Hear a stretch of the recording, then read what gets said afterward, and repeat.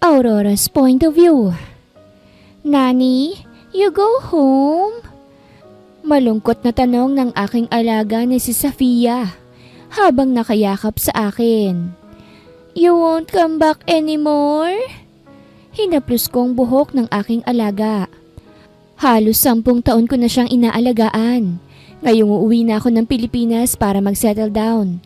Mahirap sa akin na mawalay sa kanya na napamahal na rin sa akin. Yatasil. Wika ko sa lingwahe nila. Let's contact each other through social media, okay? Namuo ang luha sa kanyang mata. I don't want you to go home. I love you, Nani. Sumikip ang dibdib ko. Uuwi na kasi ako ng Pilipinas. Ito ang huling araw sa bansang nagpabago sa buhay ko. At napakaswerte ko dahil napunta ako sa napakabuting amo.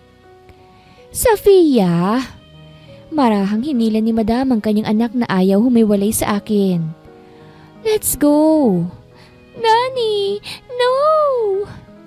Nang tuluyan na siyang humiwalay sa akin ay yumakap siya kay Madam na ngayon ay nakangiti sa akin. Take care, Aurora, ha?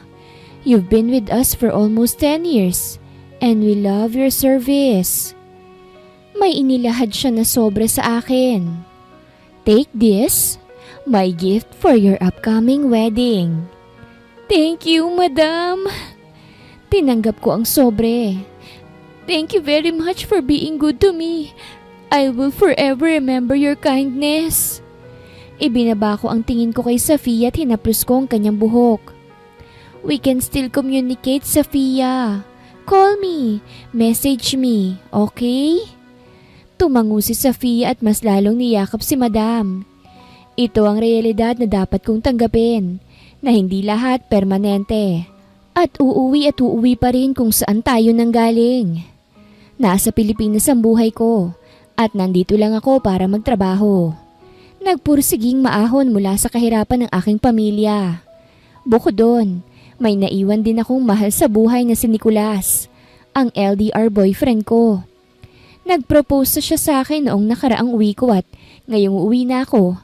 Magpaplano na kami para sa aming kasal, kaya't hindi na ako babalik pa sa pag-abroad. Pera ang laman ng sobra na ibinigay sa akin ni Madam. Kung papalitan ko ito sa Pilipinas, aabot to ng 100,000 na siyang ikinagulat ko talaga. Pero dahil regalo niya ito para sa kasal ko, idadagdag ko ito sa babayaran namin. Kaya naman pagdating ko sa Pilipinas, sinalubong ako ng aking pamilya at ng lalaki sa buhay ko, si Nicolas. I miss you, Langga! Nicolas at inikot-ikot niya pa ako nang binuhat niya ako sa may airport at niyaka pagkatapos. I miss you so much! Namiss na rin kita, Langga! Wika ako pabalik at nang ibinabanan niya ako ay hinawakan ko siya sa balikat. Sa wakas, hindi na tayo mag-akahiwalay muli. Magsasama na tayo, Langga. Akmang hahalikan ko na sana siya sa labi nang tumikhim si Mama na siyang nagpatigil sa amin. Binalingan ko siya. Mamaya na yung kiss-kiss na yan. Ani Mama sa amin. Uuwi na tayo para kumain. Kanina pa kami naghihintay rito. Natawa ko siya kainakbayan naman ako ni Nicolas. Sa bahay na lang kita kakainin. Pabiro ko siyang itinulak palayo sa akin at saka masayang lumabas sa airport para umuwi na sa amin. Sa halos 10 taon kong pag-abroad, marami na akong achieve sa buhay. Ang pinakauna ay ang mapatapos sa pag-aaral ang aking kapatid, mapagamot si Mama at maibigay ang gusto nila. Lahat ng yun ay galing sa pagpupursige ko sa ibang bansa. At ngayong natupad na ang gusto ko para sa pamilya ko, para sa akin naman ang gusto kong tuparin. At iyon ay ang magpakasal kay Nicolas. Welcome back, Aurora! Napatigil ako nang may pumutok na party popper at bumagsak sa akin ang mga laman nito. Nakita ko ang pamilya ko na may patarpulin pa sa akin at syempre, hindi mawawala ang handaan na siyang hilig nila. Diyos mio, may handaan pa kayo nalalaman. Syempre naman ate, deserve mong handaan kasi ang dami mo pong nagawa para sa amin. Ani Ara, ang kapatid ko na isa ng guro. Siguro kung buhay pa si Papa, baka hindi lang pang pamilyang ihahanda nun. Baka nga pang barangay pa. Oo, alam ko na masaya si Papa ngayon. Wala sa sariling napangiti ako. Mula kasi nang pumanaw si Papa, ako na ang pumalit sa kanya bilang breadwinner. Kaya ako nag-abroad upang ibangon muli ang aking pamilya. Si Papa ay isang jail guard ngunit dahil na rin sa trabaho niya, nawala si Papa sa amin. Nagkasiyahan kami sa bahay. Nagkaraoke kami at nagkwentuhan. Bukod sa amin, narito rin ang pamilya ni Nicolas. Excited na kami na maging parte ka ng pamilya namin, Aurora. Maligayang wika ni Tita Cora, mama ni Nicolas, habang nasa sala kami ng aming bahay. Sobrang match kayo nitong nag-iisang lalaki sa mga anak ko na si Nicolas. Sa tagal na ninyo kasal na lang talagang kulang. At syempre, ang magkaroon ng anak. Cora, sigurado ako na magagandang lahi ang magiging apo natin. Ani mama na nakaupo sa tabi ko. Kay gandang lalaki ba naman ni Nicolas? Mama, grabe ka naman. React ni Ara. Hindi ka talaga marunong pumili ng describing words. Ganda talaga ma. Parang bakla naman yan si Nicolas. Sa babae lang bang salitang maganda ha? Ani mama sabay baling sa akin. Nasaan nga pala si Nicolas anak? Pag-uusapan na natin ang tungkol sa kasal ninyo. Tumayo ako. May tinawagan mama. Tungkol yata sa work niya. Pupuntahan ko po. Lumabas ako sa bahay upang puntahan si Nicolas. Nakita ko siyang nakatalikod. Nakapamewang at nasa tapat ng tenga ang kanyang phone. May kausap. Sa susunod na lang tayo magkikita, Ricky. Ani Nicolas sa kausap. Dumating si Aurora. Nicolas? Ay, belat sa kabayo! Napatalong sabi ni Nicolas sa gulat at napahawak pa sa kanyang dibdib nang tingnan ako. Namilog ang mata niya. Aurora? Napatawa ko siyang nilapitan. Anong belat sa kabayo? Grabe ka naman magulat. Napalunok siya at ibinulsa ang kanyang cellphone. Bakit? Hinawakan ko siya sa balikat at ninitian ko siya. Sino ba yung kausap mo? Katrabaho ko lang. Sagot niya. Mamaya na yung trabaho. Mag-uusap pa tayo tungkol sa kasal natin O sige, mag-usap tayo. Bumuga siya ng hangin at inakbayan ako. Tara na. Sabay kaming bumalik sa loob ng bahay at doon pinag-usapan ng kasal. Mangyayari ang kasal sa susunod na buwan at nagsisimula na kaming magplano sa mga dapat gawin. Ngunit sa pagbalik ko rito sa Pilipinas, hindi ko rin maiwasan na makaramdam ng pagbabago sa pagitan naming dalawa ni Nicolas. Madalas na kasi siyang sa phone na sinasabi niyang katrabaho niya na siyang pinaniniwalaan ko naman. Ngunit isang gabi, bigla akong nagising nang maramdaman ko ang kanyang pagbangon sa kama at narinig ko ang kanyang mahinang boses. Nakitulog kasi siya sa kwarto ko at pinayagan ko naman. Hindi ko ipinahalata na gising ako at nakinig lang sa kanya. Pupunta na ako dyan, ani Nicolas habang may kausap sa kanyang phone. Sinuot niya ang kanyang hinubad na pantalon kanina. Hintayin mo ako, Ricky. Napalingon sa banda ko si Nicolas kaya't pumikit ako.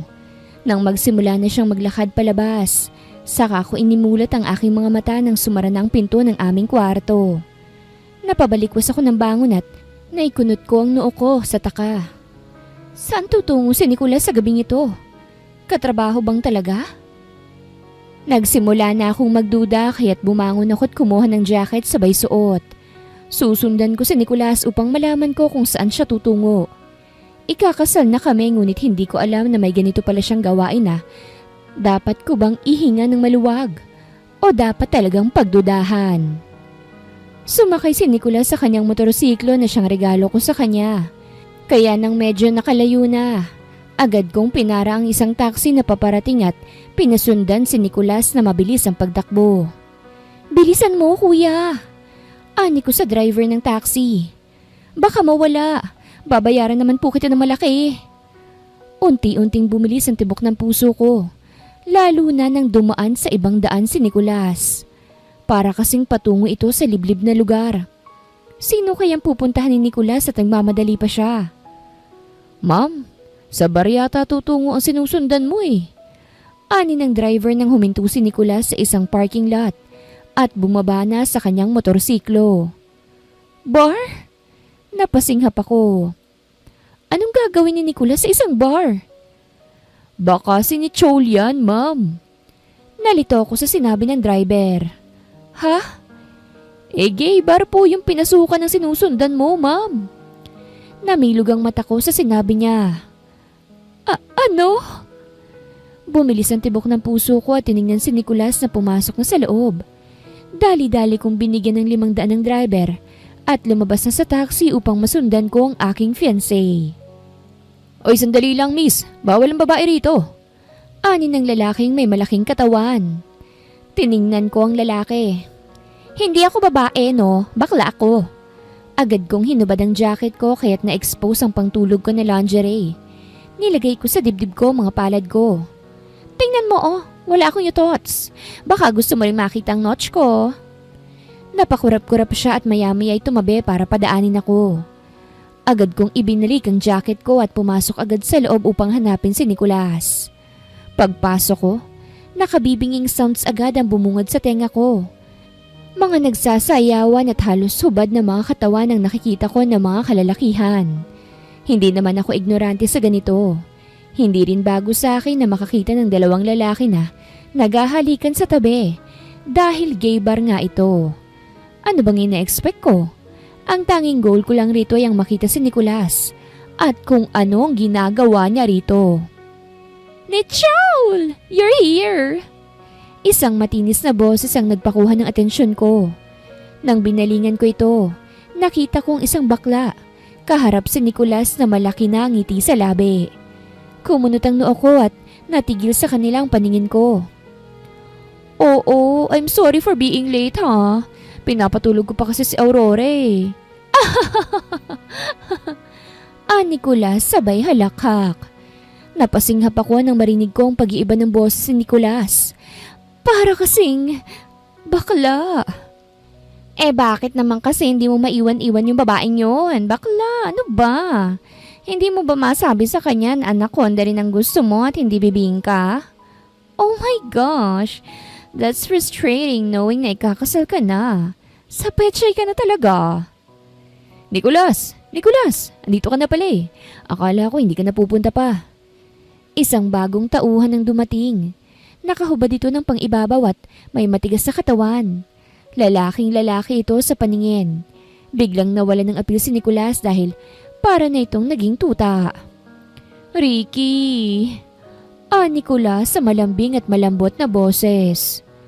Ricky, ito ba yung katrabaho niya? Oh, Ricky, I missed you. Nicolas at naguluntang ang buong pagkatao ko nang biglang halikan ni Nicolas. Ang matipunong lalaking yun at nagpalitan sila ng laway sa harapan ng kasama nila. Nalaglag ang pangako sa aking nakita't na paatras. Hindi ako makapaniwala sa aking nakita. Bakla! Si Nicolas! Patuloy lamang ang kanilang halikan. Kaya imbis na sumugod sa kanila, mas pinili kong pigilan ang sarili ko na kumalma. At ang tangi kong nagawa ay ang videohan sila. Nang kumala sila sa halikan ay ngumisi ang lalaking nagngangalang Ricky sa kanya. Dala mo ba ang motorsiklo mo? Oo, Ricky, dala ko. Ibibigay ko yun sa'yo bago ako ikasal. Nicolas at naghalikan muli silang dalawa na parang uhaw na uhaw sa isa't isa. Nakakadiring pangyayari. Hindi ko akalain na magagawa ito ni Nicolas sa akin. Nagawa niya akong lokohin sa kapwa niyang lalaki. At balak pa talaga niyang ibigay ang motorsiklo na ibinigay ko sa lalaki niya? Unti-unting tumulo ang luha sa aking mga mata at tuluyan ng umatras. Kung magwawala ako ngayon dito, ako rin naman ang magiging masama. Ako lang din ang tanging babae rito. Kaya baka mabuking pa ako.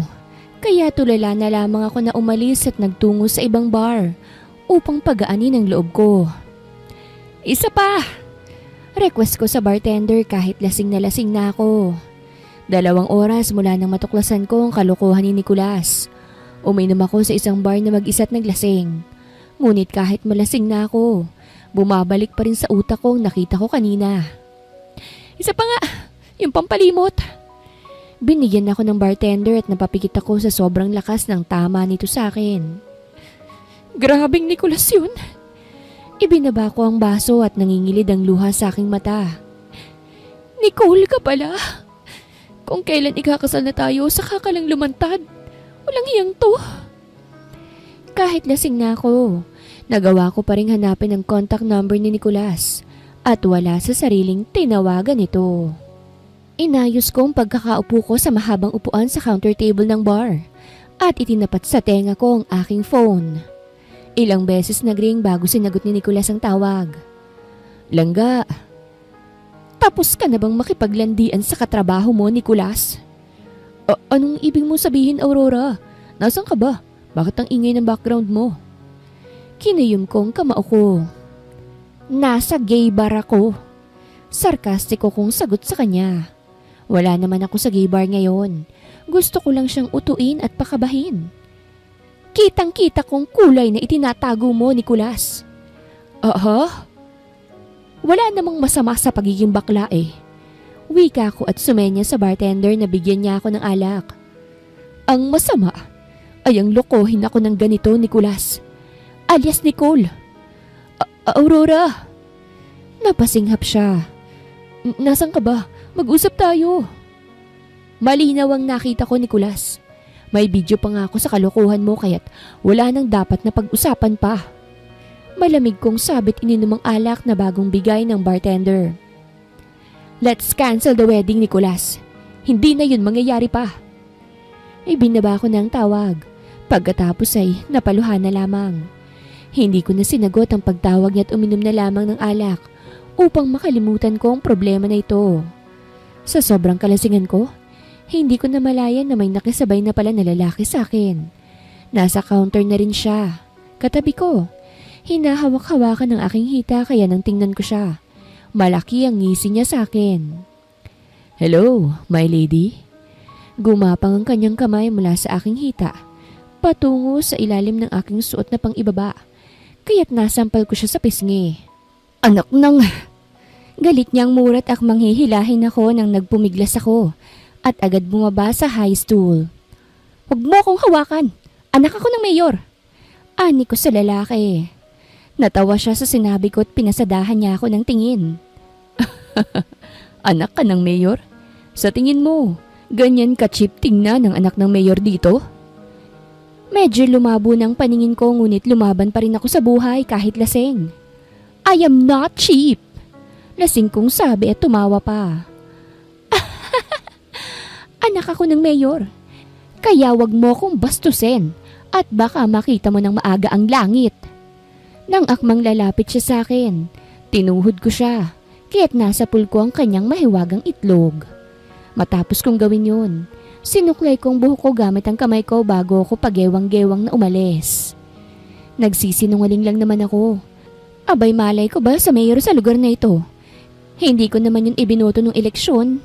Nasabi ko lang yun dahil ayon kay mama. Kinakatakutan ng lahat ang mayor dito. Naisipan ko na lamang na umuwi na. Kahit nagpakalasing na ako, sobrang malinaw pa rin sa memorya ko ang nakakadiring eksena na yon. Lumabas na ako sa bar at naisipan na mag-book ng Grab. Ngunit sa gitna ng aking pagtitipa sa aking cellphone, dalawang lalaking nakamask ang lumapit sa akin. Anak ka ba ng mayor? Ngumisi ako sa kanila. Baka katulad na naman to ng lalaki na yun kanina. Oo, taas na akong sagot. Anak ako ng mayor, kaya kung ano man ang binabalak nyo, huwag nyo nang gawin. May bodyguard ako kaya umatras na kayo, okay? Umirap ako sa kanila at nagpatuloy sa pagtitipa sa aking cellphone. Ngunit nang hindi sila umaalis, doon na ako kinabahan. Kaya nang tingnan ko silang muli, namilog ang mata ko nang papalapit na sila sa akin at bago pa man ako makasigaw, tinakpan na ng isang lalaki ang bibig at ilong ko at hinila ko patungo sa isang itim na van. Ricardo's point of view. Nakakrus ang aking braso habang nakatingin sa malawak na dagat. Papalubog na ang araw at napakasarap sa pakiramdam na narito na sa iisang barko, ang babaeng magiging susi ng kaligayahan ko. Makikipagtanan kasi siya sa akin sa dahilang ipapakasal siya sa iba. Mayor kasi ang kanyang ama at ban ako sa lugar na yun kaya't hindi ko siya mapuntahan. Kaya sinabihan ko siya na kukunin siya ng mga tauhan ko kung nasan man siya naroroon. How is she? Tanong ko nang dumating si Alfred, ang isa sa mga inutusan ko. Sir, nagwawala po sa loob ang girlfriend niyo eh. Pahayag ni Alfred kaya't napatingin ako sa kanya. Nagwawala? Kumunot ang noo ko. Anong ginawa niyo sa kanya? Lasing po siya kagabi, sir. Sagot ni Alfred. Kaya nilak po namin sa cabin. Ngayong hapon lang po nagsimulang nagwala. Bumuntong hininga ako. Pupuntahan ko. Good luck po. Napailing na lamang ako sa sinabi niya at nagtungo na sa cabin kung nasaan naroroon si Roxy. Noong nasa pinto na ako ng cabin ay kinatok ko ito. Roxy? Palabasin niyo ako rito! Mga hayop kayo! Nagulantang ako sa sinabi niya at ang pagdabog niya sa pinto. Palabasin niyo ako! Roxy, it's me. Kalmado kong sabi. Calm down, okay? Hindi kita sasaktan. Sinong Roxy? Sino ka? Palabasin niyo ako! Kumunot ang noo ko sa sinabi niya kaya't kinuha kong susi mula sa bulsa ko at binuksan ang pinto. Roxy! Palabasin niyo ako! Namilog ang mata ko nang hahampasin ako ng isang estrangherong babae ng plastik na upuan. Ngunit agad ko itong pinigilan. Namilog ang mata ko sa gulat. Sino ka? Bungad ko agad habang mahigpit ang hawak ko sa upuan na ihahampas niya sana sa akin. Nasaan na si Roxy? Ha? Ano sinasabi mo? Kinidnap niyo ako. Walang hiya kayo. Namilog lalo ang mata ko sa kanya. What the heck? This is not Roxy. Nang lumuwag ang pagkakahawak ko sa upuan, itinulak niya ito sa akin kaya't napasanda ako sa pinto at saka siya tumakbo palabas. Tulong! Tulong! Kinidnap ako! Tulong! Agad-agad nagsilapitan sila Alfred na hinayaan lang na lagpasan sila ng babaeng yun. Sir, anong... Sinong babaeng yun? Nasaan si Roxy? Po? Nilingon niya ang babae. Si Roxy yung... Miss, wag! Agad tumakbo si Alfred kaya't nang tingnan ko ito. Nakita kong babae na mukhang may balak pa yatang tumalon sa dagat. Miss, wag! Sino kayo ha? Anong balak niyo sa akin? Bakit nasa gitna tayo ng dagat? Kalmado lamang akong naglakad patungo sa kanila habang ang babae ay nakatayo na sa railings ng barko. Binalingan ako ni Alfred. Sir, anak ba talaga yan ng mayor? Ano ba sinasabi mo? Hindi ako anak ng mayor. Pero sinabi mo, anak ka ng mayor nung tinanong ka namin. Natahimik ang babae. Napasapo naman ako sa aking noo. Ngayong malayo na kami sa lugar ni Roxy. Saka naman pa to nangyari. Ibang babae ang nadala namin dito. Hindi ang nobya ko kung hindi ang estrangherang babae. Sinabi ko lang naman yun kasi akala ko mamanyakin niyo rin ako eh. Ani ng babae. At kahit na, ano bang balak niyo sa anak ng mayor ha? Kikidnapin for ransom? Bumaba ka dyan. Wika ako kahit naibaling niyang tingin sa akin. We will talk about this. This is a mistake. No! This is not a mistake. Kinidnap niyo ako. End of the story. Hahanap ako ng paraan para makaalis ako rito. Isusuplong ko kayo sa mga pulis.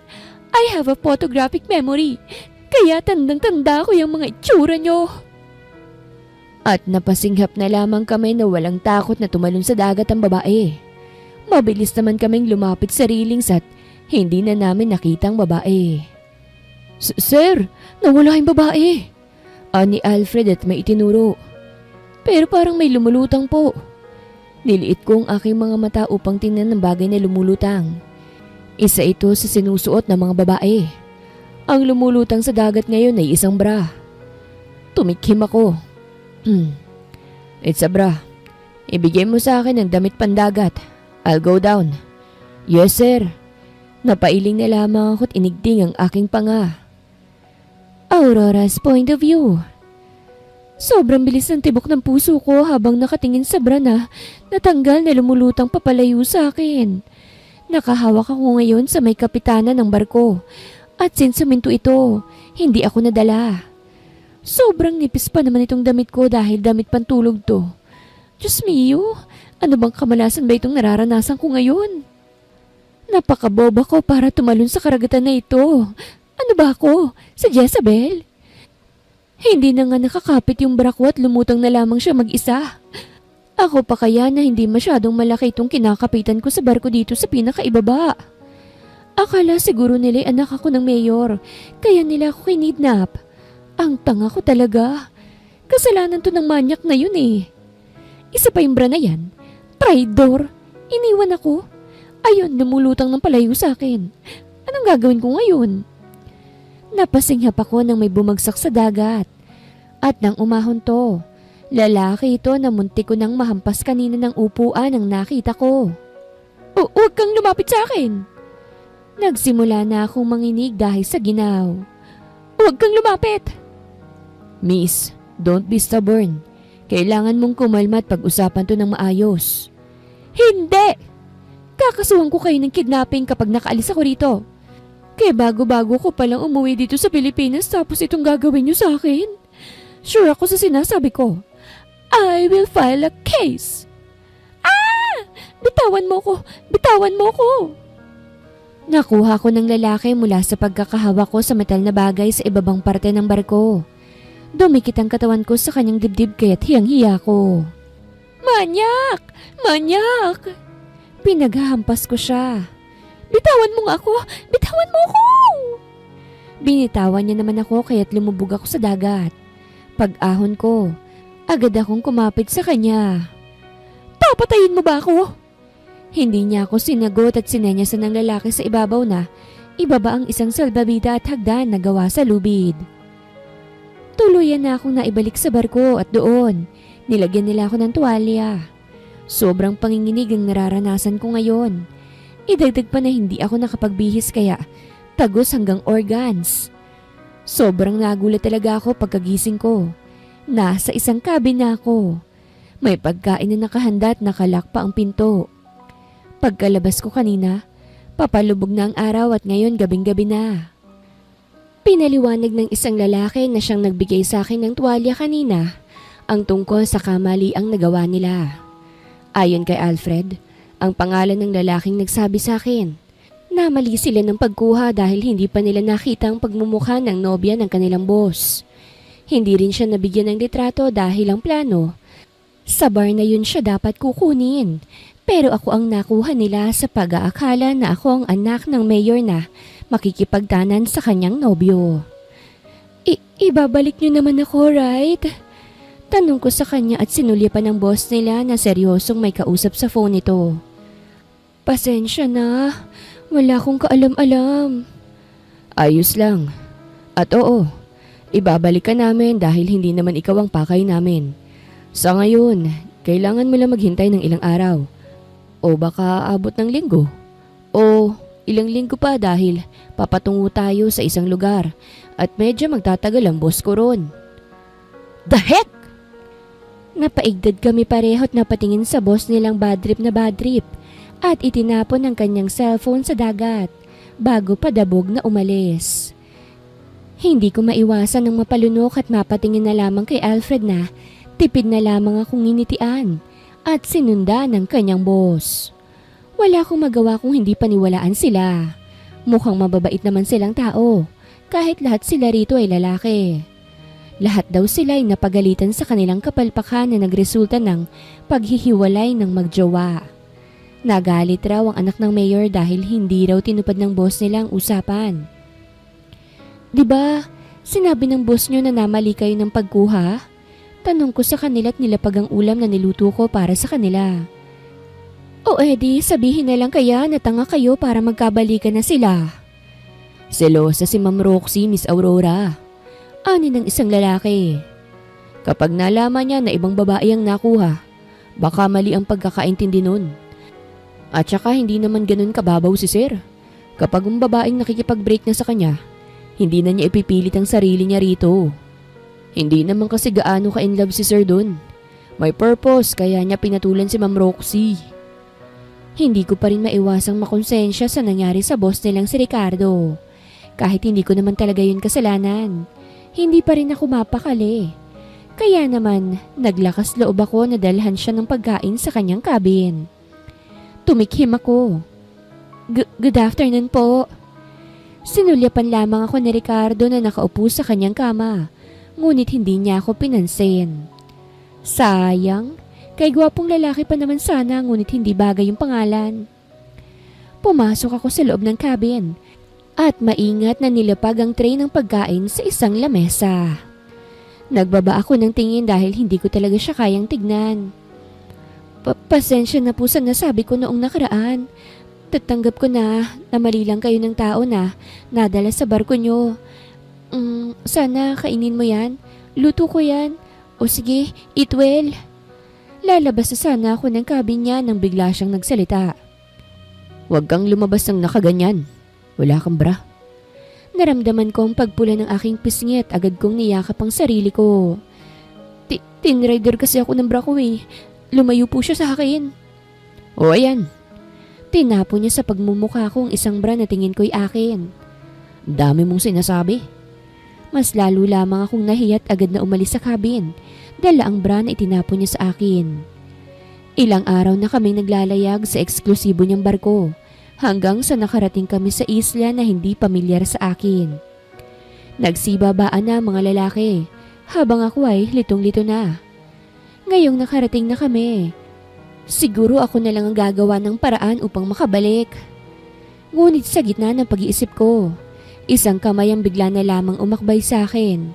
At nang tingnan ko kung sino to, si Ricardo ito. Anong ginagawa mo?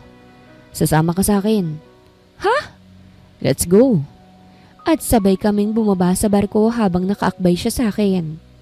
Hindi ko alam kung ano mangyayari sa akin.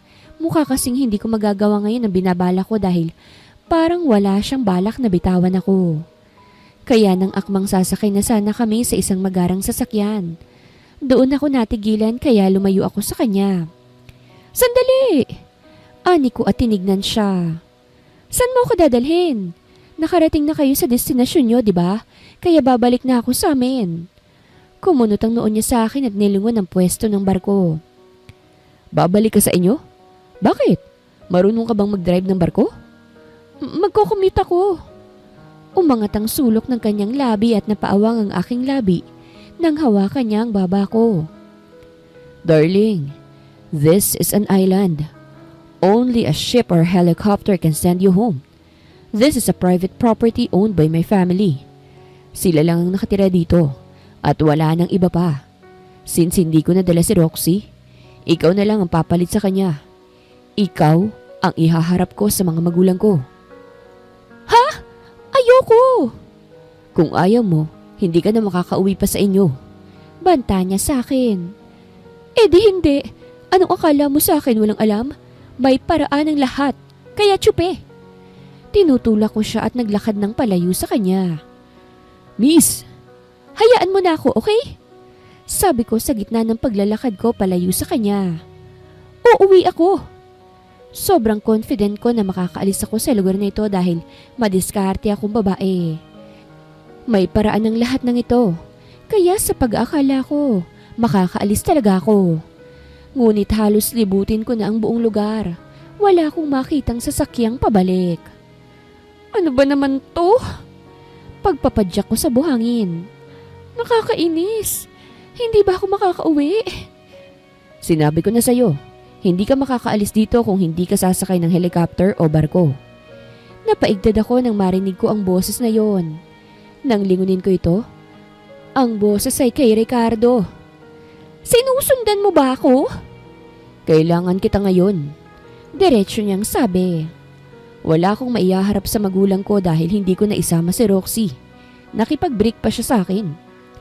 Eh di sabihin mo sa magulang mo na wala na kayo. Ani ko. Look, kailangan kong makauwi. May sariling problema din ako. Sa katunayan, mas malala pa nga eh. Kaya ang mabuti pa, iuwi mo ko o kahit bigyan mo ko ng clue para naman hindi ako masyadong mahirapan. Hindi kita kakasuhan ng kidnapping. I promise. Hindi iyan ang solusyon, Miss Aurora. Kailangan ko si Roxy para matanggap muli ako ng magulang ko. I have to make them know na may babae pa ring tatanggap sa akin. Ha? Nalilito kong react. Ano bang ibig mong sabihin? Humakbang siyang palapit sa akin at seryoso kong tinignan. I am an ex-convict, Miss Aurora. Kahit malayo nang narating ko, kahit pa bilyonaryo na ako, hindi pa rin ako tanggap ng pamilya ko dahil tingin nila sa akin. Lalaking makasalanan pa rin ako. I killed someone back when I was 18. Nakulong ng 2 taon ngunit nakalaya rin. Ayaw na ng magulang ko sa akin dahil isa akong makasalanan. And in order for them to gain their trust again, para matanggap nila ako as anak nila, ipakikilala ko ang babaeng tanggap din ako kung sino ako noon. Kailangan ko ng tulong mo, Miss Aurora. Ex-convict? I am trying to win my parents again. Dagdag niya pa. Pagkatapos nito, iuwi agad kita. I promise you that. Matagal bago ako nagsalita. Tiningnan ko siya. Wala akong pakialam kung dati ka pang kriminal. Wala akong pakialam sa buhay ng ibang tao. Tatanggapin ko yung sinasabi mo basta't iuwi mo ako pagkatapos. Yes. Tumango siya. Iuuwi kita pagkatapos. Tinaasan ko siya ng kilay at napabuntong hininga. O sige na, tara na. I-meet na natin ang parents mo. Originally, dito natitira sila Ricardo at ang dating nobya niya na Roxy, matapos ipakilala sa magulang dahil magtatanan sila. Ngunit hindi na yun mangyayari dahil nakipag-break ang babae sa kanya. Kaya ang ending, ako na nakidnap ang papalit sa kanya. Binigyan ako ni Ricardo ng isusuot, yung simple ngunit desente. Talaga namang mayaman si Ricardo dahil kasama sa barko niya ang magarang kotse niya. Mayaman naman ang boss ko sa Saudi ngunit ngayon lang ako nakakita ng aktwal talaga na mayaman. Yung hindi na kailangang magtrabaho, tamang chill lang sa sariling barko na may mga tauhan at bodyguards. All you need to do is act natural. Act like my girlfriend and that you really love and accept me. Pag-orient ni Ricardo sa akin nang nasa tapat na kami ng malaking bahay. Okay? Ano bang pangalan ko? Roxy ba? Aurora. Just use your name. Bumuntong hininga ko. Oh sige, sabi mo eh. Pinakita niya ang kanyang braso sa akin. Hawakan mong braso ko. Sinunod ko naman ang sinabi niya at saka pumasok na kami sa loob ng malaking bahay. Ngayong nakakita na ako ng ganito kagandang bahay at karangyang bahay, napagtanto ko kung gaano kasimple ang pangarap ko. Pagtungtong pa lamang namin sa entrance ng bahay, bumungad agad sa amin ang carpeted floor at ang chandelier na talagang nakakuha sa aking atensyon. Kahit wala akong ideya kung anong klaseng magulang ang meron ng lalaking to, hindi ko pa rin maiwasan ng kabahan. Kailangan kong magpakabuti upang buhay akong makaalis dito. Kahit nakipag-break na ako kay Nicolas, kinakailangan ko pa rin ipaalam sa pamilya ko at pamilya niya ang kalokohang ginawa niya sa akin. Pero hindi ko yun magagawa kung hindi ako magpapakabuti rito. Mr. Ricardo Charles Montgomery. Sambit ng isang lalaki na parang isang butler. Naghihintay na po ang mama at papa niyo sa sala. Thank you, Gino. Malamig na sambit ni Ricardo at nagtungo na kami sa sala na sobrang lawak. Parang isang bahay ko na ito. Idagdag pang mahabang kurtina dahil sa bintana na sobrang haba rin. Parang hahaba rin ang bibig ko sa mangha. Ganito palang totoong mayaman. Mama, Papa, nandito na kami. Ani Ricardo sa mag-asawa na sumisigaw ng karangyaan sa kanilang katawan. Masasabi ko na mga magulang to ni Ricardo dahil magkamukha sila. Nandito na naman ang kriminal mong anak, Hera. Malamig na wika ng ama ni Ricardo at tumayo na. Ikaw nang kumausap. Nawawala na ako ng gana. Papa! Tawag ni Ricardo sa kanyang ama. Nandito ako gaya ng sabi mo. Dala ko ngayon ang girlfriend ko. Ang babaeng tumanggap sa pagkatao ko. Hindi ko maiwasang mapalunok. She looks so scared, Ricardo. Ani papa niya. How sad. Hindi po ako takot sa boyfriend ko, tito. Agad kong depensa. Sa katunayan, baliktad nga po eh. Siya po ang takot sa akin. Nalaglagan pa nga nilang lahat sa sinabi ko. Pati si Ricardo sa gilid ko. Ganon din ang ipinakita habang hindi makapaniwalang nakatingin sa akin. Umayos ng tayo ang papa ni Ricardo at kinunutan ako ng noo. Takot siya sa'yo? Paano matatakot ang kriminal na katulad niya na siyang sumira sa pangalan ng pamilya namin sa isang katulad mo? Boyfriend ko po kasi siya. Rason ko.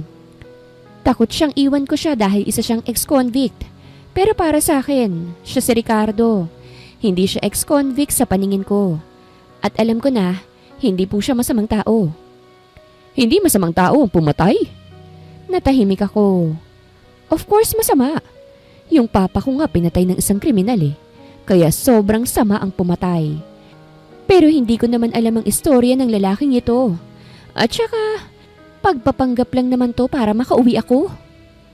Rico, ani ng mama ni Ricardo sa mahinhing boses. Nandito ang anak mo. Tinupad niya ang sinabi mo na dadalhin niyang babaeng tumanggap sa kanya. Hindi ba't iyon naman ang usapan? Kapag may dinala siyang babae rito na tatanggap siya sa pagkatao niya, hindi na natin siya itatakwil, right? 10 taon nang nakalipas mula na mangyari yun. Aksidenteng nangyari. Alam mo yon, Rico. Kahit ang pamilya ng pinatay niya, napatawad na rin siya. Ikaw na lang ang hindi. Agad na lumapit sa amin ang ginang at hinawakan ang kamay ni Ricardo. Maligayang pagbabalik, Ricardo. Naghanda ako ng makakain ninyo. Halik kayo. Tiningnan ako ng ginang. Ikaw rin, sumama ka. Ramdam ko ang kalamigan sa pagitan nila nang makarating kami sa dining area. Napakahaba ng mesa. At kung pwede lang, pwede kang kumain ng tahimik nang hindi nag-uusap. Tiningnan ko si Ricardong hindi nagsasalita. Nang balingan ko ang papa niya, ganun din. Diyos mio, ano ba naman to? Ayaw niyo po ba sa akin? Basag ko sa katahimikan. Sabay silang bumaling sa akin. Anong ibig mong sabihin, Iha? Of course not. Gusto kita para sa anak ko dahil tanggap mo siya. Kinunutan naman ako ni Ricardo ng noo, ngunit hindi ko siya pinansin. Gusto ko kasing matapos ito agad para makauwi na ako. Para po kasing hindi. Ang tahimik po eh. Sinulyapan ko ang papa ni Ricardo at nakaangat na ang sulok ng labi nito na parang nangaasar sa akin. Pasensya na po ah. Hindi ako sanay na kumain ng tahimik. Umayos ng upo ang ginang. Well, why not tell us a story about you and my son? Kung papaano kayo nagkakilala, right? Sinulyapan ko si Ricardo at tumangulang siya sa akin. Tumikhim ako. Nakilala ko po si Ricardo sa isang... Nag-isip ako. Ano bang sasabihin ko? Yung maganda ba para mapadali na ito? Nakilala mo si Ricardo saan? Sa sementeryo po. Napakurap-kurap sila sa sinabi ko. Pati ang ama ni Ricardo ay ganun din ang naging reaksyon. Sementeryo? Napatingin siya kay Ricardo na hindi pa rin makapaniwala. Totoo ba yan, anak? Anong ginagawa mo sa sementeryo?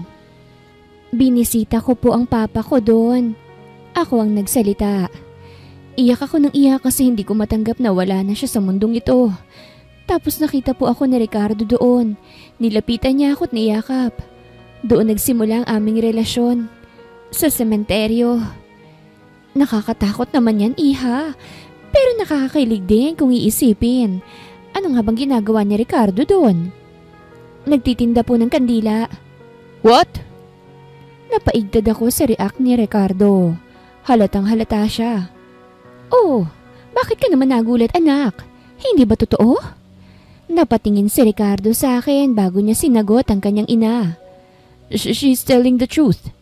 Nagpanggap akong nagtitinda ng kandila kasi sinusundan ko siya. I like her so much kaya nasundan ko siya sa sementeryo. Tumikhim siya pagkatapos. OMG! Ang ganda naman ng love story niyo. Hindi ba, Rico? Binalingan niya ang kanyang asawa. Napaka-unique ng kanilang pinagsimulan. Sa sementeryo. Bumalik ang tingin niya sa akin. Dapat, Sa sementeryo din ang happy ending nyo, ha? Simba ako palayo! React ko agad. Nagulat naman siya sa sinabi ko. I mean, maganda po yun. Hanggang sementeryo. Till death nga, di ba? Kumuha na ako ng pagkain ko at saka kumain na dahil ayoko nang magsalita. Hindi naman na muling nagtanong ang ina niya habang ang ama naman ay napailing na lang at tahimik na umexit sa hapagkainan. Tingin ko ay hindi to magiging madali kaya't kakain na lamang ako.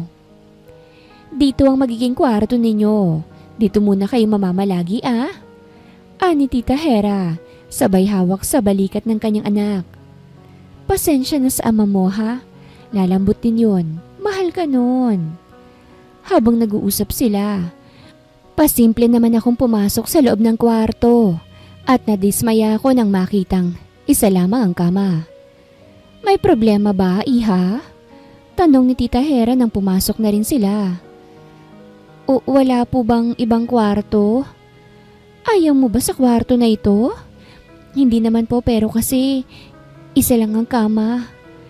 Malisyosa niya akong tiningnan. Magtatabi naman kayo ng anak ko kaya't walang... Hindi pwede. Wika ako na ikinagulat niya. Napaawang ang kanyang labi at napatingin kay Ricardo. Ricardo, ayaw tumabi ng nobya mo sa iyo. Virgin pa po ako, tita. Namilog ang mata nilang dalawa. I mean, wala pa akong experience sa kama kaya't gusto ko sanang mapag-isa. Si Nicolas nga patabi-tabi lang sa akin pero hindi naman ako ginagalaw. Kasi nga parehas pala kami ng gusto. Matutulog lang tayo. Ani Ricardo at hinila na niya ang kanyang ina palabas ng kwarto. Mag-uusap muna kami ng girlfriend ko, mama. Sasabihin ko sa kanyang napag-usapan natin. Tumango si Tita Hera. O sige anak.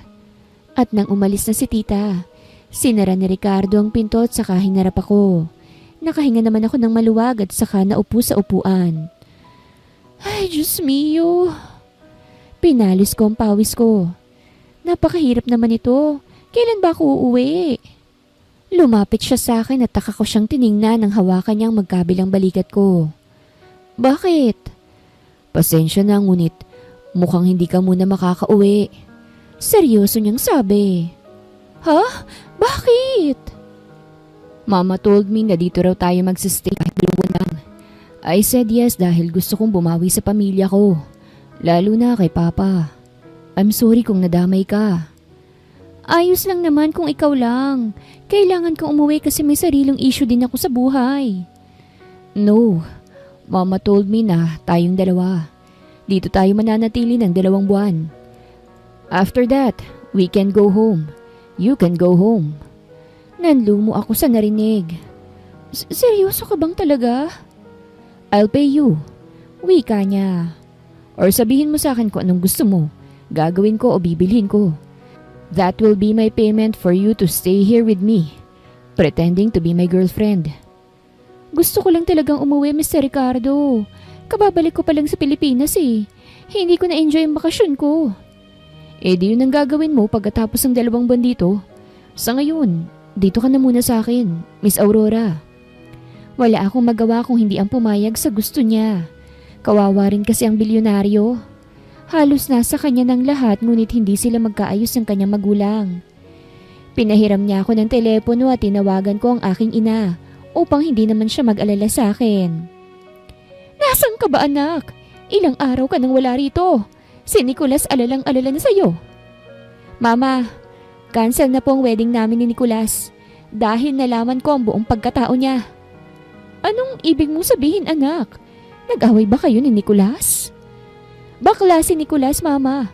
Nakita ko siyang may sinisip-sip na iba sa isang gay bar. Kaya hiwalay na kami at cancel ang wedding.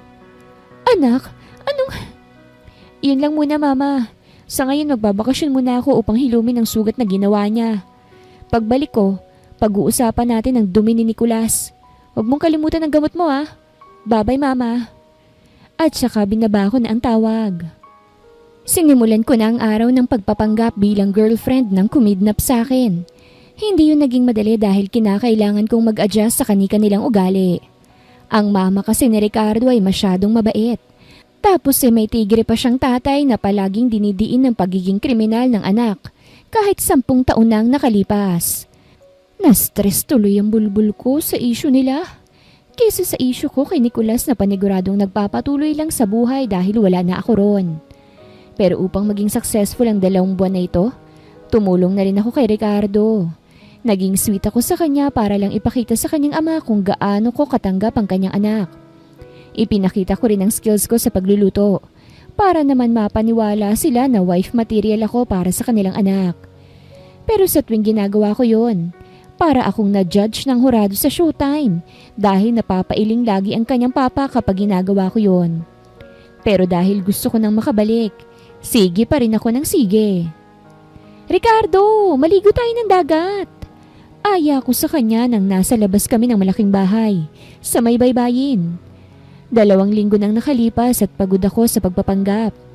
Ang sarap maligo dito oh. Umupo lang si Ricardo sa lounge ngunit hindi niya ako sinagot. Kaya't napailing na lamang ako't naghubad ng damit sa harapan niya. Kaya't na-expose ang suot kong swimsuit. Kita ko ang pag-awang ng kanyang labi dahil sa ginawa ko. Maliligo muna ako ah. Gumisi ako at saka tumakbo na patungo sa dagat. Iniisip ko na lamang na bakasyon ang ginawa ko para hindi ako ma-stress. Ito pa kasi yatang bakasyon ko mula nang umuwi ako at kung magiging honest lang ako, peace of mind ang datingan ng lugar na ito kung hindi lang tigre ang papa ni Ricardo. Napangiti ako nang mabasa na ang aking katawan sa tubig dagat. Nang hanggang dibdib ko na, tiningnan ko si Ricardo. Ricardo! Kumaway ako. Halika rito, ang ganda ng dagat. Ang linaw, halika dito. Ngunit hindi ako pinansin ni Ricardo at nag-iwas ng tingin sa akin. Napairap na lamang ako at nagpatuloy na lamang sa paghakbang pailalim dahil ang ganda talaga ng dagat. Hay! Sana kaya kong lumangoy pabalik sa lugar namin. Ang boring dito. Nasabi ko na lang at lumangoy mag-isa. Ngunit pag-ahon ko, biglang tumigas ang isang paa ko. Parang hindi ko ito maigalaw. At ang sakit. Kaya't hindi ko na magawang lumangoy at napagtanto ko na nasa malalim na pala ako. Kaya nang sinubukan kong lumangoy pa ibabaw, hindi ko na magawa dahil sa paa ko kaya't nahihirapan ako. Aray! Ilang beses kong pilit umahon ngunit tila hinihila akong pababa. Nakainom na ako ng tubig. Tulong! Ricardo! Halos maubusan na ako ng hininga lalo na nang tuluyan na akong lumubog sa tubig. At hindi na muling makaahon kaya akala ko ay malulunod na ako. Ngunit bago pa man yun mangyari, isang kamay ang humawak sa aking bewang at iniahon ako. Hingal na hingal ako at umubo-ubo pa. Sobrang bilis ng tibok ng puso ko sa kaba. At nang tingnan ko si Ricardo, pag-aalala sa kanyang mata ang aking nakita. What the heck are you doing? Asik niya. Munti ka nang malunod. Bigla kasing nanigas ang paa ko eh. Paliwanag ko't napaubo pa. Aksidente yung nangyari. Salamat sa pagsagip ah. Tumagal ang tingin niya sa akin at maya-maya'y bumaba ang tingin niya sa aking labi. Napalunok ako't nakaramdam ng kakaiba. Kaya nang akma na sana akong lalangoy nang mawala ng paninigas sa paa ko. Hindi niya ako pinahintulutan dahil hinapit niya ako sa kanya't hinalikan sa aking labi na walang permiso. Gumalaw ang kanyang labi at sinuklian ko naman ang kanyang mga halik. Napakalaking kasalanan ng pagpatol ko sa kanya dahil simula nang mangyari yun, nag-iba na ang lahat. Parang biglang hindi na kasi ito pagpapanggap ang ginagawa namin. Masyado siyang magaling humalik kaya't nadala na ako. May isang beses nga na nahuli kami ng kanyang ama na naghahalikan sa kusina at imbis na pagalitan, umiling lang at hinayaan na kami. Doon ko napagtanto na hindi naman talaga galit ang ama ni Ricardo sa kanya. Parang naghahanap lang siya ng taong tatanggap sa kanyang anak. Narinig ko mula kay Tita Hera na malapit ng kaarawan ng iyong ama. Ani ko kay Ricardo habang nasa rooftop kami ng malaking bahay na ito.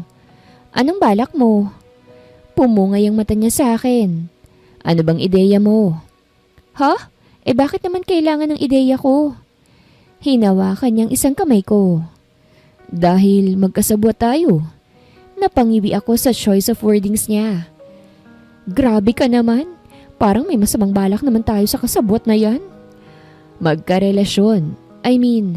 May relasyon tayo kaya gusto ko makarinig ng ideya mula sa'yo. Napasinghap ako. Magkarelasyon tayo? Kumunot ang noo niya. Bakit? Hindi ba? Napakurap-kurap ako. Hindi mo naman ako tinanong kung girlfriend mo na ako o hindi pa. Kailangan pa ba yun? Naghalikan na tayo. Nag-date. Sa katunayan nga, kama na lang ang kulang. Daig pa natin ang mag-asawa, Aurora. Diyos mio, ano ba naman to? Kailangan yun, Ricardo. Si Nicolas ang bakla eh. Niligawan ako. Hindi naman kasi ako easy na babae, ano? Mahina ako siyang itinulak.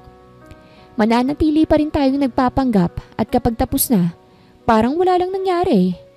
O dililigawan kita. Anong gusto mo? Helicopter, barko, cruise ship? Sabihin mo sa akin, ibibigay ko. Hindi naman yan ang panliligaw eh. Tumayo na ako. Huwag na nga. Alam ko naman kung sanahan tong ginagawa natin kaya ayos lang. Para rin naman to sa'yo at sa tatay mo. Bago pa man ako makaalis, hinawakan niya ang kamay ko. Eddie, liligawan kita. Hindi ko alam kung paano yun pero liligawan kita. Bakit? Hindi mo ba niligawan ng ex-girlfriend mo? Hindi naman ako nagkagusto sa kanya nung una.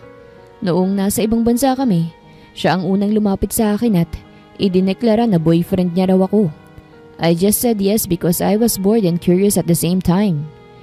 Naibagsak ko nilang ang balikat ko sa kanya. Naku, wag na nga lang. Mas mabuting matulog na lang tayo. Wag ipilit kung walang alam. Akala ko nga ay hindi niya susubukan ang sinabi ko sa rooftop. Ngunit nang nasa hapagkainan na kami kinabukasan, bigla niya na lamang akong binigyan ng 1 dosenang bulaklak na rosas. At hinalikan pa ako sa pisngi. Good morning. Namilog ang mata naming lahat sa ginawa niya. Napakaganda naman ng umaga mo, anak. Ani Tita Heret na patingin sa kanyang asawa. Hindi ba, Rico? Hanggang kailan mo ba mamahalin ang anak ko? Biglang tanong ni Tito Rico. May record yan sa lugar ninyo kaya band. Kaya hanggang kailan mo siya titiisin? Walang hangganan, Tito Rico. Ani ko para mapaniwala siya. Sa oras na nagmahal ka ng isang tao, tanggapin mo na ang buong pagkatao niya. Wala ka nang pakialam sa nakaraan niya at kung ano pa siya. Naibaba ni Tito Rico ang kanyang kutsara at umalingaw-ngaw sa buong dining area. Ano nga bang buong pangalan mo, Iha? Aurora Natasha Josefina Laura Uy po. Ang haba naman ng pangalan mo, Iha. Komento ni Tita. Oo, mahaba po. Kasing haba rin ng pasensya ko. Aurora, sambit ni Tito sa pangalan ko. Tanggap mo ba talaga itong anak ko? Napatingin ako kay Ricardo at ngumiti. Opo, tanggap ko po siya. My son killed someone when he was 18. Paninimula ni Tito. High school pa lang siya nun. He was on his way home nang may isang gulong nangyari. Isang presong tumakas at siyang ginawang hostage upang hindi siya madakip ng mga pulis. But since my son has an experience sa pagbarel, dahil nag-training siya, he managed to get off from the criminal. Binaril niya ng hostage sa kanya ngunit mautak ang kriminal at nanghila pa ng isang lalaki. At iyon ang nabaril niya. The criminal was now dead dahil napatay ng mga pulis.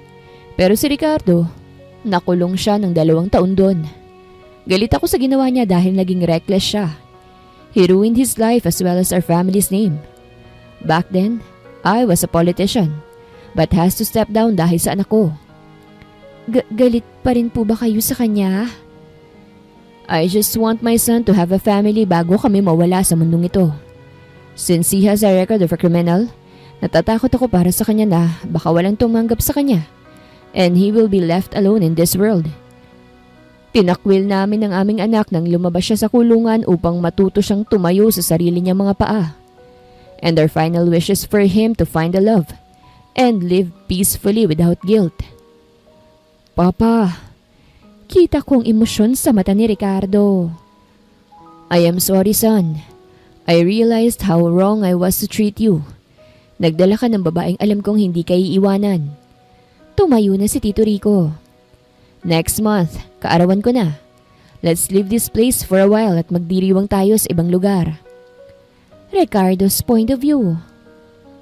Napakalaking tulong ni Aurora sa unti-unting pagbalik ko sa pamilya ko. Nalaman ko mula kay mama na natuwa raw si Papa sa ugali ni Aurora. Bukod kasi sa magaling tong magluto, walang ka-effort na pinapatawa raw siya nito. Kung si Roxy sigurong iniharap ko, paniguradong hindi uubra kay Papa. Yun ang napagtanto ko sa isang buwan ko rito sa isla. Sa ugali pa lang ni Roxy na isang spoiled brat, baka mas lalo lang lalala ang tensyon sa pagitan namin ni Papa. Pero si Aurora, isang babaeng dating OFW at humble, agad niyang nakuha ang pabor ni Papa na siyang magandang balita para sa akin. At dahil sa susunod na buwan pa ang kaarawan ni Papa, naisipan ko na kilalanin pa ng husto si Aurora. Sikreto ko siyang pina-background check upang makasigurado ako sa babaeng papasok sa buhay ko. Sigurado na kasi ako na siya na ang para sa akin. My heart is so happy. Hindi nagalit ang mga mata ni Papa kapag tinitingnan niya ako. He even acknowledged how successful I am dahil nagawa kong maging bilyonaryong mag-isa. Nang dumating na ang kaarawan ni Papa, umalis kami sa isla sa kayang helicopter.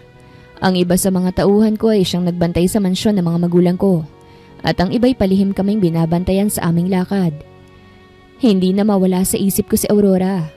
Kahit nasa tabi ko naman siya, parang gusto ko pa siyang lalong makasama. Pero alam ko na pagkatapos ng birthday ni Papa, uuwi na siya sa kanila.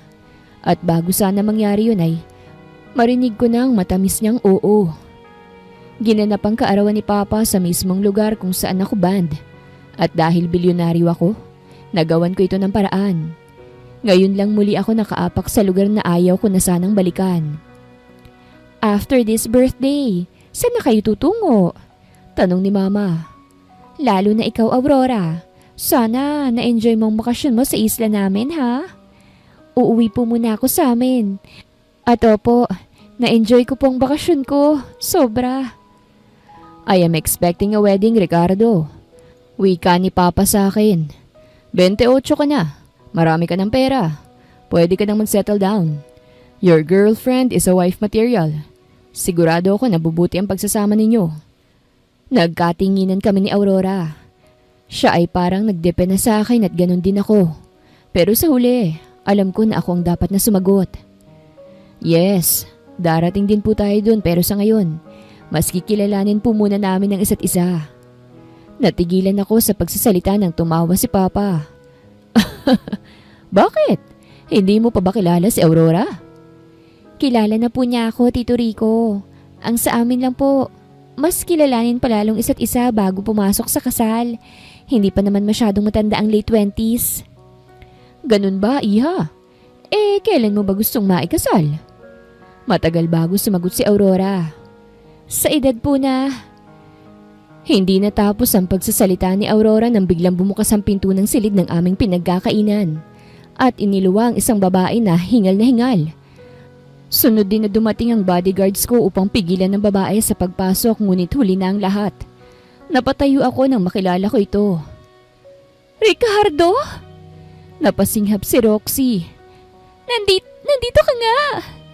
At napatayo sila Mama at Papa nang bigla akong niyakap ni Roxy na parang kami lang dalawa.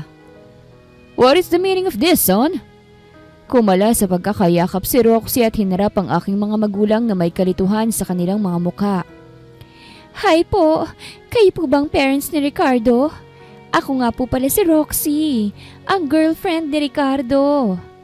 Napatingin si Papa sa akin at si Aurora naman ay napatayo. Roxy, what are you doing here? Agad kong tanong sa kanya. How did you know na nandito ako? Masama ba napuntahan ko ang boyfriend ko na nawala ng halos 2 buwan? Inilipat niya ang kanyang tingin kay Aurora. At sinong babaeng to? We're done, Roxy. Galit lang ako nun kasi hindi mo ako pinuntahan sa bar na pinagstayan ko. Pero hindi naman ako seryoso sa pakikipaghiwalay. Tinuro niya si Aurora. At ikaw, anong ginagawa mo rito? Kaano-ano mo ang boyfriend ko? Tumayo si Aurora. Boyfriend ko siya. What? Ako ang girlfriend niya. Ricardo, tell them! Ricardo! Umalingaw-ngaw ang boses ni Papa. Anong ibig sabihin nito? Bakit 2 babae ang nandito? Sino ang totoo? Magsasalita sana si Aurora ngunit hindi siya pinagbigyan ni Roxy. Ako po ang totoo, Mr. Rico Montgomery. Ako, anak ako ng isang mayor. At ang babaeng kaharap nyo ngayon, tingin ko binayaran lang ni Ricardo dahil nag-break kami. Ako po ang totoo and I have a proof. Shut up, Roxy! Unti-unting kumuyom ang kamao ko. You just ruined someone's birthday. Show me the proof.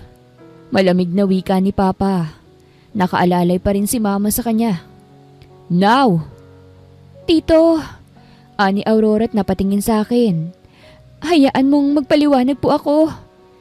Hindi pinakinggan ni Papa si Aurora at nag-focus kay Roxy na nagpakita ng ebidensya tungkol sa aming dalawa. Sinenyasan ko ang bodyguards na kunin si Roxy ngunit bago pa man yun magawa, nagsalita na si Papa. Hindi ko akalain na magagawa mo akong maloko ng ganito, Ricardo. Disappointed na wika ni Papa. Nagdala ka ng estrangherang babae at ipinakilala sa akin? Tito, Get out! Asik ni Papa kay Aurora na natakot sa sigaw. Get out, you freaking intruder! You're not part of this dinner. Get out! Papa, Aurora is my girlfriend now. Wika ko. Si Roxy, oo naging girlfriend ko pero hindi kita niloko, Papa. Before ako nagpunta sa isla, wala na kami. Aurora is... I don't want your explanation, Ricardo. Get her out! aalis po ako. Ani Aurora na nagpatigil sa aming lahat. Pasensya na po sa lahat. Hindi ako tiningnan ni Aurora, tahimik siya na lumabas sa VIP room na restaurant na ito. Hindi ko maiwasang ikuyom ang aking kamao at tingnan ko si Roxy. Pero wala siyang pagsisisi sa ginawa niya. The reason na hindi kita nakuha ng gusto mong makipagtanan sa akin dahil ibang nakuha ng tauhan ko sa gabing yon. Malamig kong sabi kay Roxy. It was supposed to be you pero nang nasa barko na kami, nang nasa gitna na ng biyahe, nagkamali ang mga tauhan ko. Ibang babae ang nakuha nila at iyon ay si Aurora. I called you when I found out the mistake. But instead of letting me explain, you broke up with me, Roxy. Aurora helped me reunite with my parents. Mama, Papa, binalingan ko sila. I didn't deceive you. I like that girl. No, I'm starting to fall for that girl. So I am so sorry for ruining your birthday. At lumabas na rin ako sa silid na yon upang habulin si Aurora. Aurora, sandali! Hinawakan kong kamay niya kaya't natigil siya sa paglalakad. Hinarap niya ako. I'm sorry. Agad kong sabi. Hindi ko alam na... Ayos lang. Pagputol niya sa akin. Uuwi na ako, Ricardo. Ayusin mo muna ang issue mo dahil aayusin ko muna ang akin.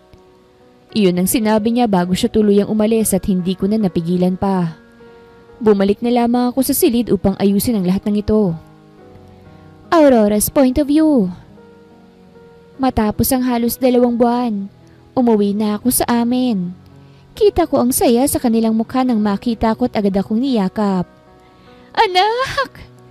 Kumala siya sa yakap at alala kong tinignan. Umiyak ka ba? Umiling ako. Hindi po. Ano na pong nangyari? Anak, kinagat niyang ibaba niyang labi. Si Nicolas, ibinenta niya mga gamit ninyong dalawa. Namilog ang mata ko. Ano? Pilit namin siyang pinigilan pati ang pamilya niya. Pero ganun pa rin ang ginawa niya. Hindi namin siya napigilan dahil gusto niya nang ibenta. Matagal na palang itinatago ni Nicolas ang totoong pagkatao niya. Bakla siya, anak. Tumango ako. Opo, alam ko na, Mama. Pero wala siyang karapatang ibenta ang mga gamit namin. Kumuyom ang kamao ko at tumalikod para puntahan si Nicolas. Anak, sandali! Gusto ko nang tapusin ang gulo na ito ngayon din mismo. Asiko. Pupuntahan ko si Nicolas. Anak! Hindi na ako napigilan ni Mama nang may taksing dumaan na siyang sinakyan ko. Agad akong nagtungo sa bahay ni Nicolas at nakita kong pamilya niya ron. Aurora! Nasaan si Nicolas? Tanong ko sa kanila. Kita ko ang kaba sa kanilang mukha. Gusto ko siya makausap. Wala na rito si Nicolas, Aurora. Ni Tita Cora. Umalis na siya kahapon eh. Sinundo ng lalaki niya. Nagtangis ang aking bagang. Saan ka kasi galing? Alam mo bang hinahanap ka niya upang ipaliwanag ang lahat? Uy, ano pa bang ipapaliwanag niya, tita? Nakita ko sa sariling mga mata ko ang ginawang kalokohan niya. Tapos ngayon ang sinasabi mo, pinatunayan niya talagang kalokohan niya? Nagtipa ako sa aking cellphone na tinawagan si Nicolas. Himala at sinagot naman niya agad to. Hello? Nasaan ka, Nicolas? Aurora, binenta mo raw yung mga gamit nating dalawa? Ani ko, totoo ba yon? Sabihin mo sa akin. Hindi ko itinuloy, Aurora. Pagputol niya sa akin. Hindi ko itinuloy kasi malaki ang kasalanan ko sa'yo. I'm sorry.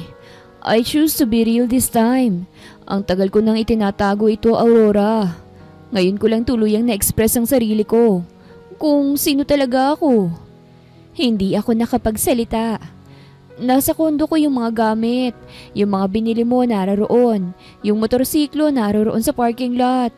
Wala akong binenta kasi kahit papano pinasaya mo naman ako eh. Minahal din naman kita pero ayoko na kasing lokohin ang sarili ko, Aurora. Pasensya na kung nasaktan kita. Nicolas, invite mo naman ako kung sakaling makahanap ka muli ng bagong pag-ibig at ikakasal ka na. Gusto kong makita na ikakasal ka na sa taong magpapasaya talaga sa'yo ah. I'm sorry muli, Aurora. At ibinaba niya na ang tawag. Hindi maiwasang manghina ng aking puso. Hindi ko kasi akalain na ganitong magiging ending naming dalawa. Pero kung yun talaga ang gusto niya, siguro pagbibigyan ko na siya. Hindi naman kasi halata noon na Becky pala siya. Kung sana inamin na niya noon sa akin noon pa, hindi na sana hahantong sa ganito. Napabuntong hininga na lamang ako at umuwi na lamang sa amin. Wala na rin akong balita kay Ricardo at sa pamilya niya. Hindi maiwasan na masaktan ang aking puso kasi attracted na ako kay Ricardo. Sobrang nahiya rin ako sa nangyari sa mismong birthday ni Tito Rico at parang ayaw ko na silang makaharap. Bumangon ako sa aking kama saka nag-inat. Hindi ko na alam kung anong gagawin ko sa buhay ko. Sa gitna ng pag-iinat ko, isang malakas na pagkatok sa aking pintong narinig ko. Aurora, nandiyan ka ba? Ma, hinaan mo nga yung pagkatok mo, masisirang pinto eh. Kailangan mong bumaba rito. Kailangan nating magtawag ng pulis. Ang pumatay sa papa mo, nandito sa labas ng bahay natin. Napasinghap ako sa narinig at agad tumakbo sa pinto at binuksan. Ma? Halika! Hindi ko alam kung bakit kilala ka ng lalaking yon pero hindi natin to palalagpasin. Lumabas ako sa kwarto ko at dinala ko ni Mama sa sala. Doon, naroroon ang aking mga kapamilya habang nasa may pintuan ng isang lalaki na pamilyar sa akin. Ricardo? Tinuro ni Mama si Ricardo. Yan, yung binatang yan. Siyang pumatay sa papa mo. Isang ex-convict yan. Namilog ang mata ko at hindi makapaniwalang tinignan si Mama. Ma? Hindi ako nagkakamali, anak. Hindi ko akalaing nakalabas na yan. Siya yung pumatay sa papa mo 10 taon nang nakakalipas. I am an ex-convict, but I didn't kill your husband, ma'am. Ani Ricardo habang ang tingin ay nasa akin. Aurora, I want to speak with you tungkol nung birthday ni Papa. Hindi! Bakit may tatanggi, ha? Umiiyak na si Mama. Ikaw yun eh. Ikaw yung pumatay sa asawa ko. Mama. Awat ni Ara kay Mama. Huminahon ka, Mama. Nakakahiya naman. Matagal nang patay ang kriminal na yun. Bakit? Hindi ba totoo naman ang sinasabi ko? Galit na wika ni Mama. Yung lalaking yan. Nakapatay po ako ng tao, totoo po yun. Malamig na wika ni Ricardo. I was 18 when I killed someone. Siya ang hinostage ng presong tumakas na si Romar Santos. Romar Santos hostage me pero nakaalis ako mula sa kanyang hawak. At dahil may baril ako, I shoot him. Pero hindi siyang natamaan dahil nanghila siya ng tao at yun ang natamaan ko. Romar Santos? Ani Ara. Siya yung pumatay kay Papa, Mama. Nakalimutan mo na ba? Yung preso na pilit pinipigilan ni Papa pero binaril siya sa ulo? Medyo magkamukha sila. Ani Mama. Hindi ako maniniwala hanggat walang ebidensya. Then let's go, ma'am. Ipapakita ko po sa iyong ebidensya. Kapag naipakita ko na, kakausapin ko na po ang anak mo. At bakit mo kakausapin ang anak ko? Girlfriend ko po siya. Nalaglag ang panga naming lahat. Ano? Lahat sila'y napatingin sa akin. Anak! Agad akong lumapit kay Mama at nanghingi ng pasensya kay Ricardo na tingin ko ay na-offend. Pasensya na sa mama ko, Ricardo. May demensya kasi siya. Isang malalang anyo ng memory loss. Hindi niya pa rin kasi tanggap ang pagkawala ni Papa. It's fine. But I want to clear myself to her. I'll send an evidence for her to believe me. Hindi naman kailangan. I want to talk to you but before that, gusto ko munang maging malinis sa paningin ng pamilya mo. Don't worry, darating si Alfred na may dalang mga ebidensya. Anak, dapat na nating isuplong yan sa mga pulis. Nilingon ko si Ara. Ara, hindi ba nakainom ng gamot si Mama? Nakaligtaan niya yung gamot nung nakaraan eh. Pasensya na at hindi ko naasikaso. Naging busy ako sa school eh. Mama, naputo lang sasabihin ko dahil nakarinig kami ng tunog ng helicopter. Kumunot ang noo ko at lumabas upang tingnan ng isang helicopter na mukhang maglalanding sa oval malapit sa amin. Nagsilabasan rin ng mga bata sa aming kapitbahay at masayang itinuro ang papalapit na helicopter. Bakit may helicopter? It's Alfred. Ani Ricardo sabay lagay ng kanyang kamay sa kanyang bulsa. Dumating na ang ebidensya. Maaari mo na ba akong papasukin? Pinapasok ko siya sa bahay kasama ang kanyang assistant na si Alfred. Nilapag niya ang ebidensya sa harap naming lahat at hindi maipagkaila na medyo konektado ang nangyari sa kanila. Si Papa ay isang jail guard na napatay ng preso na nakatakas sa nagangalang Romar Santos. Habang tumatakas paalis, hinabol siya ng pulisya at sa desperadong makatakas, ginawa niyang hostage si Ricardo noon na 18 anyos pa lamang, high school student. Pero dahil may experience si Ricardo sa pamamaril, nakaalis siya mula sa pagkakahawak ng preso at naagaw ang baril mula sa preso. Nang binaril niya ang preso, hindi niya ito nabaril dahil agad nang hila ng inosenteng tao ang preso at ginawa niyang pantakip sa kanya, kaya iyon ang nabaril. Napatay din naman si Romar Santos kalaunan dahil nabaril din ng pulis at si Ricardo ay nakulong. Mama, hinawakan ko sa balikat si Mama. Matagal na pong patay ang pumatay kay Papa. 10 taon na pong nakalipas. Sana'y magawa mo na pong mag-move on. Asawa ko. Humahagulgul si Mama at saka yumakap sa akin. Ang asawa ko. Nakagat ko na lamang ang ibabang labi ko at saka bumuntong hininga. Lumabas na kaming dalawa ni Ricardo upang makapag-usap ng maayos. Hanggang ngayon nahihiyang-hiya pa rin ako dahil sa pang-aakusa sa kanya ni Mama. Sigurado akong na-offend siya, lalo na't dati siyang preso. Pasensya ka na kay Mama. Ani ko sa gitna ng lakad namin. Hindi ko alam kung saan kami papatungo pero gusto kong ganito lang ang pag-uusap namin. It's fine. May handa naman ako eh. I checked your background before I went here. Nang ganun kadali? Tumigil ako sa paglalakad at hinarap siya. Ricardo! My parents wants to see you. Nabigla lang sila sa nangyari nung nakaraan. My father regret it. Pinaalis niya si Roxy at nangako na hindi na manggugulo. Lalo na't kilala pala ni Papa ang mayor dito. This is the reason na nakaapak na ako sa lugar na ito. Hindi na ako ban dahil sa impluensya ni Papa. Eh bakit kailangan pa nila akong makita? 'Di ba? Hindi naman totoo? Anong hindi totoo? Hinawakan niya ako sa balikat. Na hindi mo ako tanggap bilang ako?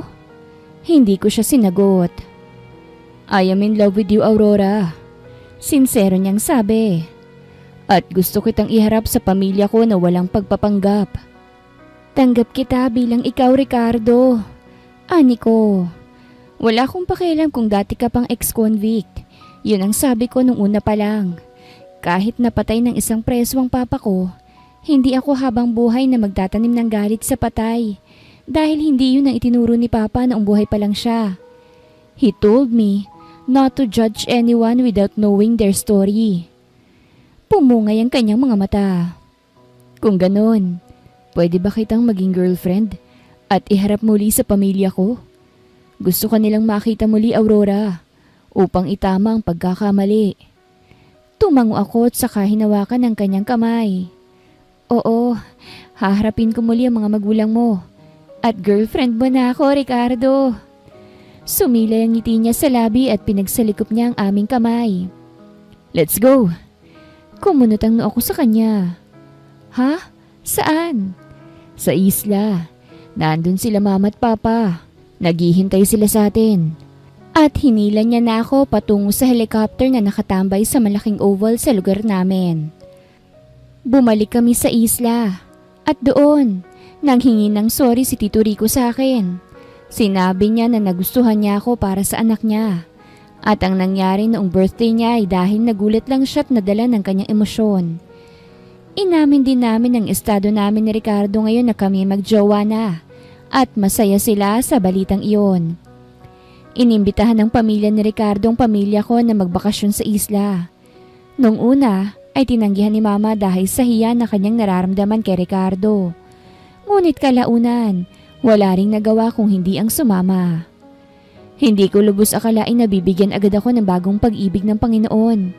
Hindi ko inaasahan na ganito kalaki at ka-family oriented itong pamilya ni Ricardo. Sa ilang buwan ng aming relasyon hanggang sa umabot ng taon, walang buwan na hindi kami nagsasalo-salo na siyang hindi namin naranasan masyado sa pamilya ni Nicolas. At matapos ang 2 taon ng aming relasyon, ikakasal na ako kay Ricardo. Alam mo ba kung sinong makeup artist mo ngayon? Tanong sa akin ni Ara habang nasa loob ako ng isang silid. Ngayon na kasi ang kasal namin ni Ricardo at may naka-assign na sa pag-aayos sa akin. Hindi. Bakit? Kilala ko ba? I heard si Ricardo mismo ang nag-hire eh. Tumango si Ara.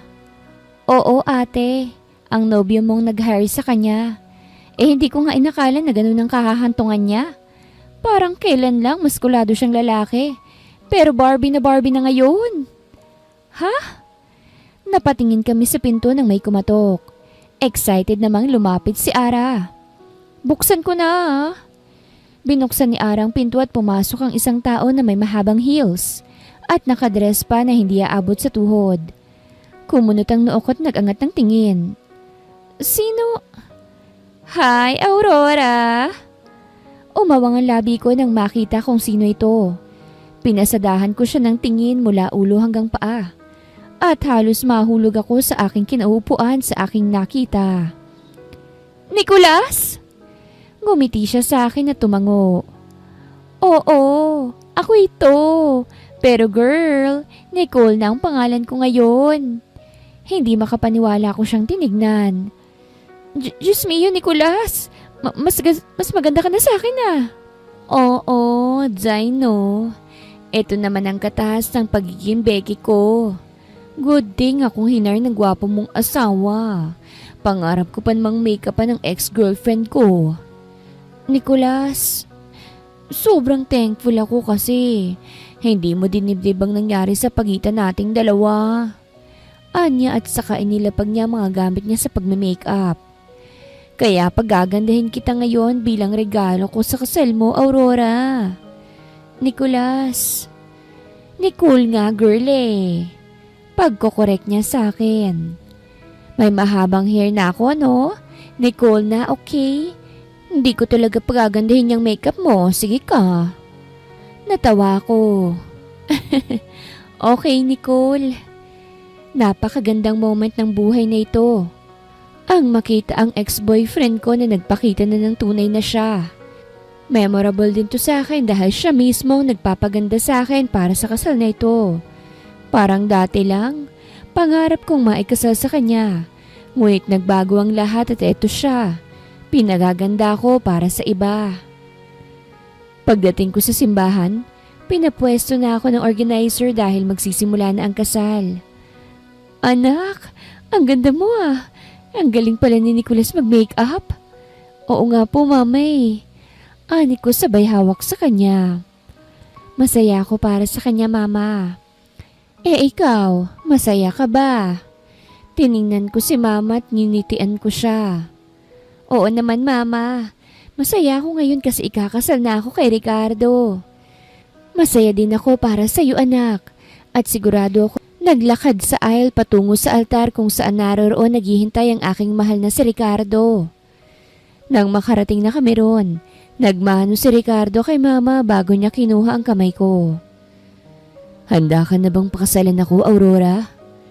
Oo, handa na ako, Ricardo. At saka sabay kaming humarap sa altar at sa pare. Pero bago pa man magsimula ang lahat, lumingon ako sa likod at nakita ko si Nicholas sa may pinto ng simbahan na kumaway sa akin. Napangiti na lamang ako at saka napatingin kay Ricardo na nakangiti na rin sa akin.